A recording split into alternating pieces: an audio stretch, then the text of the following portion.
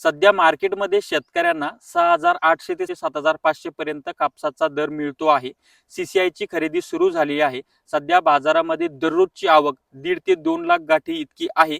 परंतु हे भाव कमी आहेत आणि याच्यामध्ये केंद्र सरकारची भूमिका व्यापार धार्जिणी आहे.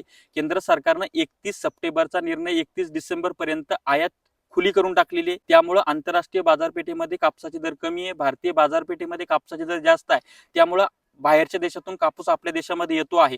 आता 31 डिसेंबर नंतर सरकारनं ती इम्पोर्ट ड्युटी जर वाढवली, म्हणजे त्याच्यावर 11% जर जी खुली केलेली, जी 11% किंवा त्याच्यापेक्षा जास्त जर केली, तर बाहेरच्या देशातला कापूस आपल्या देशामध्ये येणार नाही आणि आपल्या भारतीय शेतकऱ्यांना कापसाचा चांगला भाव मिळू शकतो. मात्र हे सरकार व्यापाऱ्यांच्या बाजूचे धोरण आखत आहे. लोकप्रतिनिधी निवडून दिले, जसं आमच्या विदर्भामध्ये वर्धा, अकोला, यवतमाळ, वाशिम, बुलढाणा, अमरावती ही 6 कापूस प्रमुख उत्पादक जिल्हे आहेत आणि यांचे खासदार काय करतात, गोट्या खेळतात का?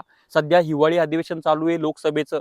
यांच्या तोंडामध्ये बोळे कोंबलेले आहेत का? यांना शेतकऱ्यांच्या वेदना दिसत नाही का? शेतकऱ्यांना हमीभाव मिळत नाही आणि सरकारच्या धोरणामुळे शेतकऱ्याचं मरण होतं, हे सुद्धा या लोकप्रतिनिधीला कळत नाही का? आणि एकीकडे सरकारचे विद्यापीठ सांगता आहेत की आम्ही हेक्टरी 30 ते 35 क्विंटलची व्हरायटी निर्माण केली आणि सरकारचं सीसीआय सांगता आहे की आम्ही फक्त खरेदी ही 12 ते 13 क्विंटलची हेक्टरी करणार आहोत. हा विरोधाभास सरकारला मान्य आहे काय?